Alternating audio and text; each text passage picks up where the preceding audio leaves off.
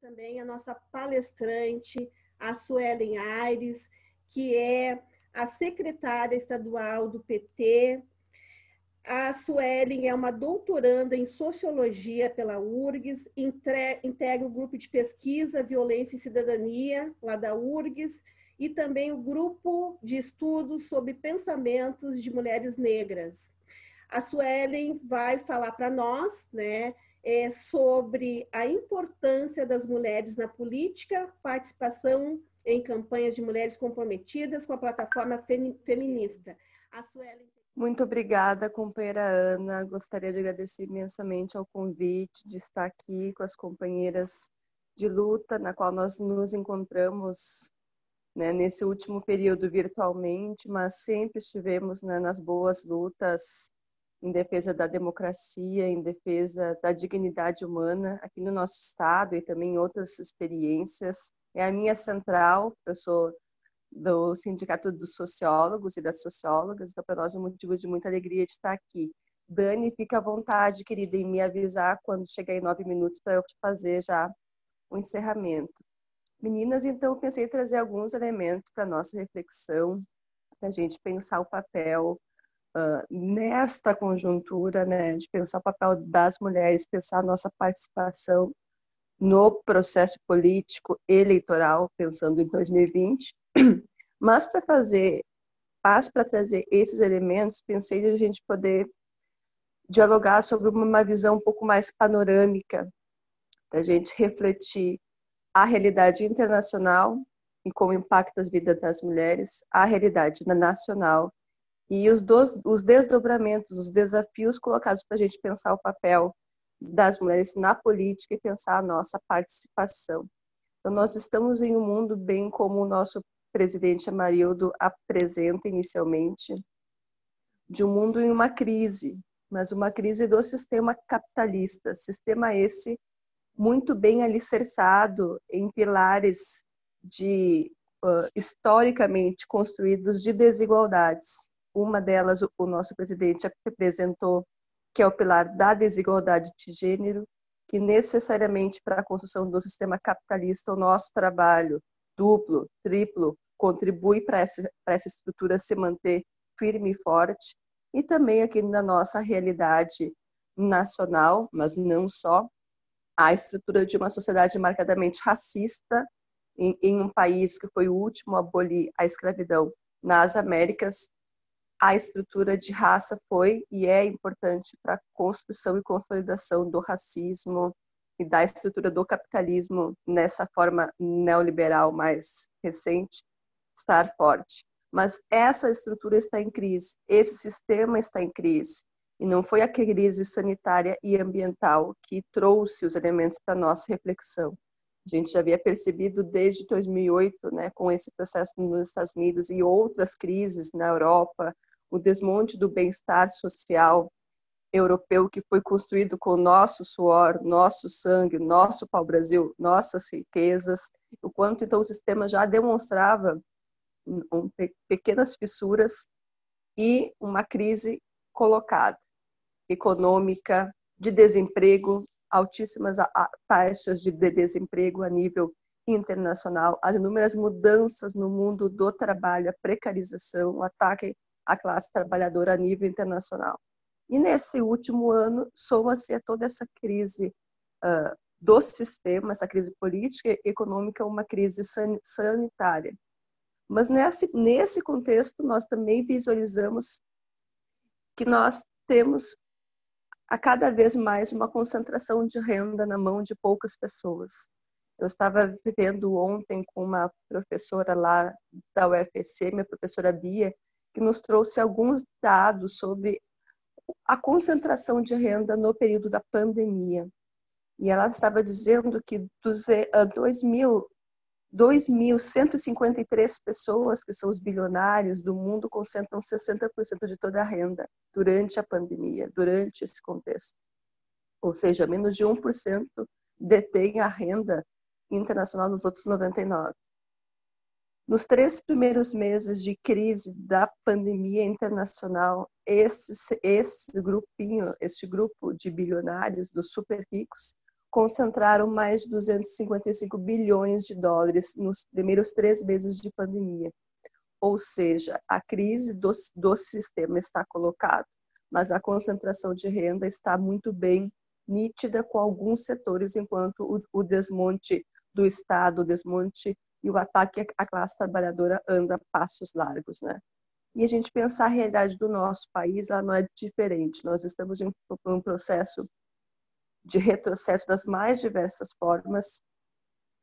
Muito antes, inclusive, do golpe contra a presidenta Dilma, a gente já percebia essa crise do sistema a nível internacional, a nível regional, o ataque aos governos de centro-esquerda da nossa América Latina, o ataque às soberanias nacionais, o quanto esse processo, obviamente, muito mais forte pós o golpe contra a presidenta Dilma, tem pilares muito importantes na perspectiva da destruição do Estado. Visualizamos os primeiros ataques com as reformas trabalhista, previdenciária, o ataque às riquezas nacionais e agora, nesse último momento mais recente deste desgoverno, daquela coisa que eu nem falo o nome, o tema da reforma administrativa. Essa reforma administrativa ela vem, de fato, construir a destruição, o desmonte do Estado nacional na perspectiva de ataque ao povo, ataque, óbvio, nítido à classe trabalhadora.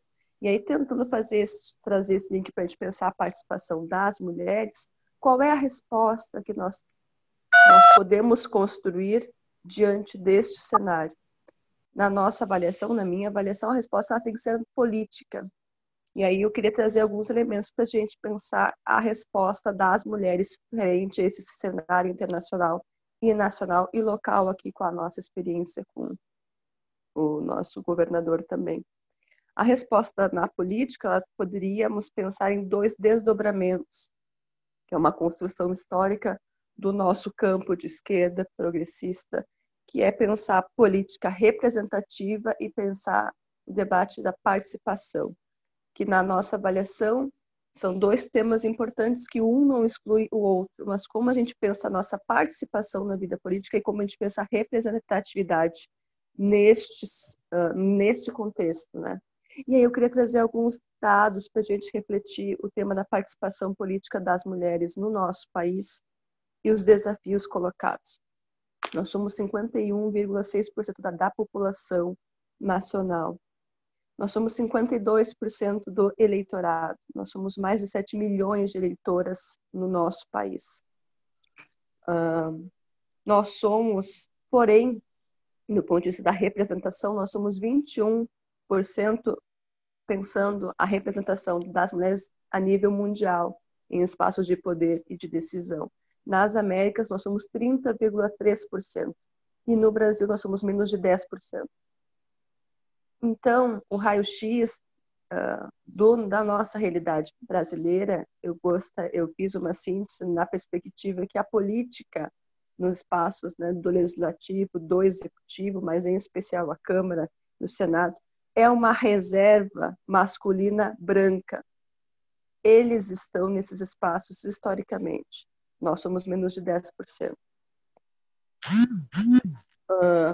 E o raio-x dessas eleições nos apresenta um outro cenário, também importante para a nossa reflexão. Saiu agora faz poucos dias, né? O Tribunal Eleitoral fez uma amostra dos homens e mulheres inscritos no nosso país, pleiteando os cargos de prefeito, prefeita, vereadores e vereadoras. E o raio-x síntese que foi apresentado é que é majoritariamente homens inscritos, homens com ensino médio, homens casados, e é a primeira vez que nós temos o critério cor e raça, digamos, com 49,9% de pessoas pardas e negras. É o primeiro momento que pardos e negros estão com este percentual, de quase 50%. Mas mesmo nesse raio-x, fica nítido que tem uma arquitetura visível do patriarcado.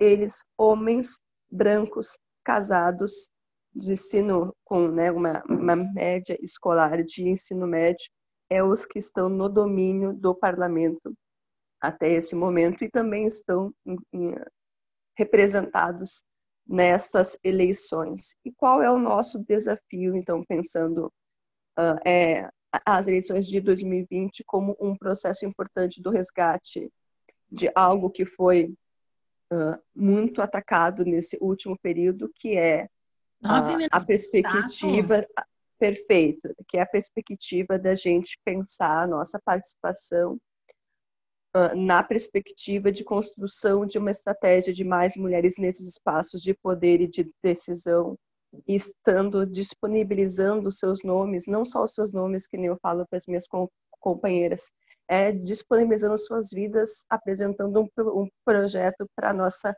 sociedade, um projeto que dialogue com as mulheres e com as mulheres da classe trabalhadora. Então, nesse sentido, a gente vem acompanhando aqui no Rio Grande do Sul e também a nível nacional, o Partido dos Trabalhadores e das Trabalhadoras implementou um projeto institucional chamado Elas por Elas, que tem um objetivo nítido: ampliar a nossa participação na vida, né, no ponto de vista político, partidário, né, na construção de mandatos, mas mandatos comprometidos com a luta das mulheres, comprometido com a luta das mulheres da classe trabalhadora. Então, pensar mandatos também feministas, a construção, né, como a gente bem fala, somos feministas em construção, mas a gente pensar esse espaço nessa perspectiva. E é um momento de muita alegria que nós temos mais de 10 mil mulheres candidatas a vereadoras e prefeitas no nosso país, pelo nosso partido, e no nosso estado nós chegamos a 938 mulheres que estão apresentando, né, o nosso projeto, representando uma luta histórica das mulheres da classe trabalhadora e as mulheres também das mais diversas experiências, né, sejam as mulheres negras, mulheres indígenas, mulheres jovens, mulheres LGBTs. Então, é um motivo de muita alegria. Então, trouxe esses elementos para a gente refletir aqui coletivamente, para a gente pensar o desafio de pensar um momento histórico em que o debate da participação e a representação nesses espaços ela é importante, e que uma não exclui a outra, e que a gente precisa pensar formas de dialogar em um momento onde o descrédito à política foi construído, onde a política do ódio está colocada, e nós precisamos apresentar com muita nitidez os nossos projetos, os nossos programas, e defender com muita força, muita firmeza, candidaturas de mulheres comprometidas com as nossas pautas, e são muitas. Então, também pensar estratégias de como a gente contribui e consolida essas candidaturas que certamente estarão nos representando a partir do dia 1º de janeiro. Muito obrigada, minhas companheiras, e peço desculpas por me alongar alguns minutos a mais.